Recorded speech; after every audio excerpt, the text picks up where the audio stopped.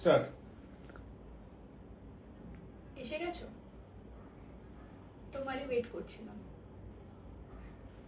আসলে ওয়েট করছিলাম তুমি কি বলবে সেটা শোনার জন্য। কি হয়েছে নন্দিনী, এরকম কেন করছো? কি হয়েছে হ্যাঁ। তুমি জানো না? না। একটাও মিথ্যে কথা আজ বলবে না তুমি আমায়। তুমি কি ভেবেছিলে? শালিনী আমায় সব বলে দিয়েছে। মানে? মানে মানে যে তুমি আমার উপর 1 বছর ধরে চিট করছো। 1 বছর ধরে আমি একবারও বুঝতে পারিনি যে তুমি 6 বছর পাগলো।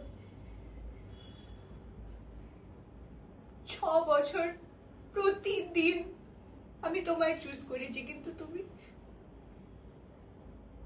তুমি তো কত আগে আমাকে চুজ করা বন্ধ করে দিয়েছো, তাই না? একদম টাচ করবে না আমায়, একটুও না।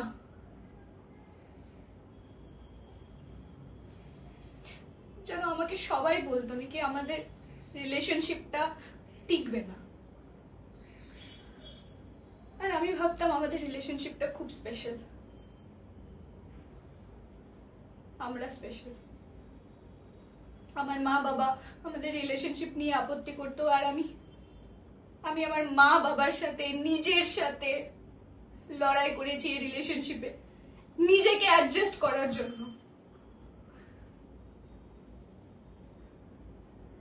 আমি কি এত খারাপ ছিলাম? আমি কি তোমায় কম ভালোবেসেছি?